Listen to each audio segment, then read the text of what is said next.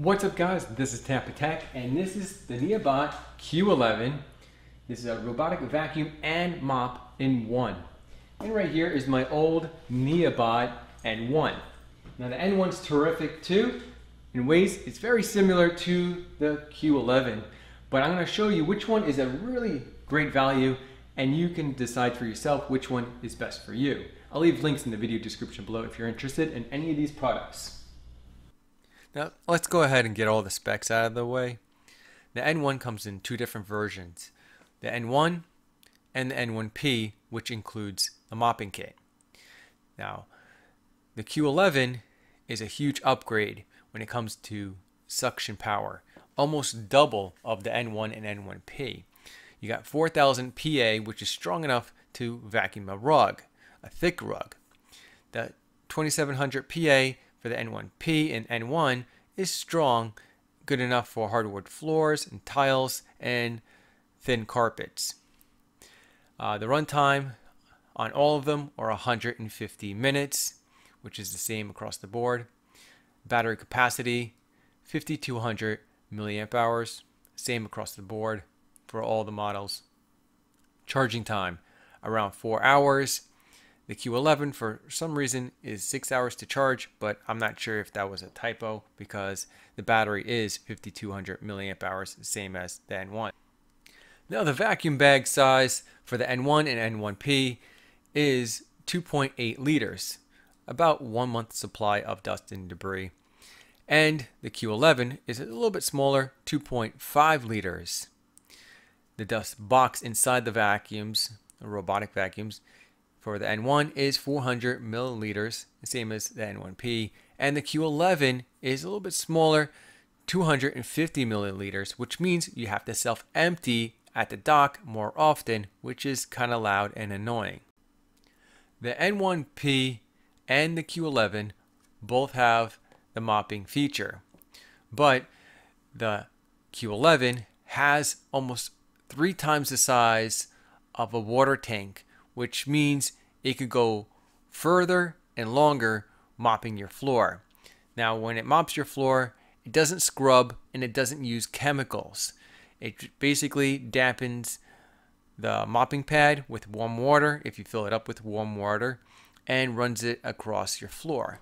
You can control the water flow on the Q11, but other than that, it doesn't scrub or use any chemicals. The N1, you have the app that you can use, the remote, and the Echo and Google Home. For the N1P, you have the app and the remote, and for the Q11, you have the app and the Echo you can use, which is nice. Smart 3D mapping on all the models across the board, which is really great. I love it. For Q11, it goes further and beyond with the ability to store 3 different maps if you have a 3-story house.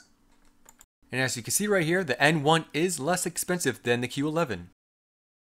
Now if you look at the design for each one, the Q11 is a lot slimmer and will go underneath more furniture like your ottoman, couch, your cabinets. This is less than 3 inches. Well, actually, if you count the feet, so it's about like 3.5 inches in height. And if you look at this one, once again, it's about a little over 3.5 inches. Still slim, but because you have the silver hat, which is the 3D mapping technology, it does bump into things and get caught up under cabinets or ottomans. And it has a cool light on top. You can turn that on or off. You can turn the voice on and off too in the app. You could hit these buttons if you want to turn it on and off. Hold the button down to turn it off. Hold it again to turn it on. Hit the charge button to send it back to the dock. And if you press and hold both buttons, you'll reset the Wi-Fi network. And same thing goes for this one, the N1. You could do basically the same thing. You got the charging button, the power button, and this is, I believe, the mopping feature. This is actually the N1P. And it looks the same as the N1, by the way. But you can tell the difference because right here underneath, you can see that it has these hooks right here. That's where you attach the mopping pad. You notice that it has two brushes right here and here. Now you can't remove them unless you have a screwdriver. These do not pop off, which could be an advantage in a way, or maybe not.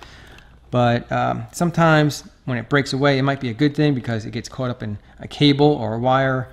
And when it pops off, that's probably good that the brush pops off, because you don't want the cable to get destroyed or something bad happening.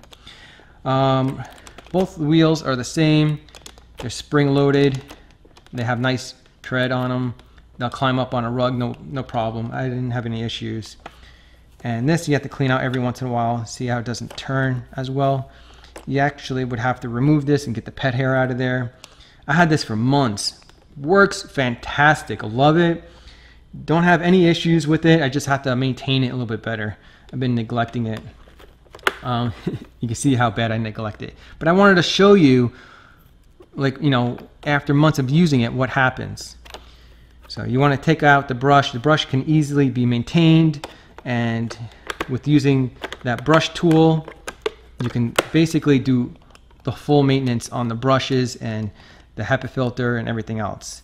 And you don't want to rinse the HEPA filter in the water because then it collects bacteria. So it's best to just shake that out.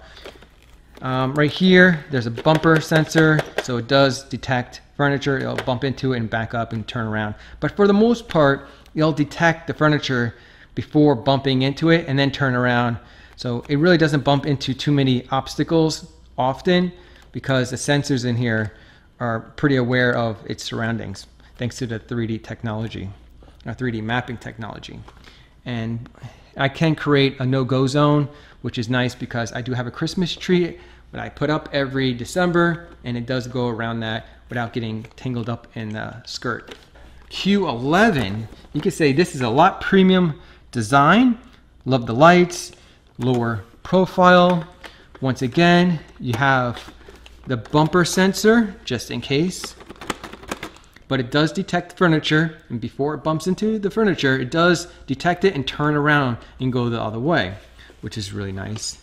Now, both of them don't really detect cable wires. Sometimes they get caught up in the brush, but the technology is improving, and it actually attempts to go around the cables, but still sometimes it gets caught up in the brushes. Just being honest. So I give you guys, heads up. Always take the socks, cable wires, everything off the floor before starting these robotic vacuums. Now, if you look underneath here, this is pretty much brand new. I only ran it for a few hours. And if you look underneath here, here's your clips for the mopping kit. And it does come with spare brushes. Now, if you notice, this one only has one brush. It does come with spare brushes, but it only uses one brush. And the reason why is the way it's programmed to clean. It only cleans the baseboards on this side of the robotic vacuum. So you don't necessarily need two brushes. And another thing is that if you have two brushes, it may get caught more often in cables and wires. So keep that in mind. And if it does get caught in cables and wires, this one breaks away and frees up that, the tangled wire in the brush. Right here, here's your spinning wheel, spring-loaded wheels, nice tread, goes up on carpets, no problem. If you open this up right here, the brush is a better design, more heavy-duty rubber and brushes. I think the design on the brush is an improvement. Underneath here, the container is bigger, but the dust debris container is smaller. The water tank is actually what's taken up most of its size. As you can see right here, I have my furniture right here, and this will go underneath that furniture, no problem. Now, the N1 gets stuck, which is really frustrating. They both use different apps. I don't know why they decided to go with a different app, but the Q11 does not connect with the Neabot Home app for some reason, which was frustrating because I found out later they used a different app. Both of the apps are the same, pretty much, different layout. Tells you the battery life, cleaning time, cleaning area, shows you the map out of your house. You do different zones to single pass cleaning, double pass cleaning, and prohibit area. Click on the plus sign, and let's say like your Christmas tree is over here. You can adjust this right here.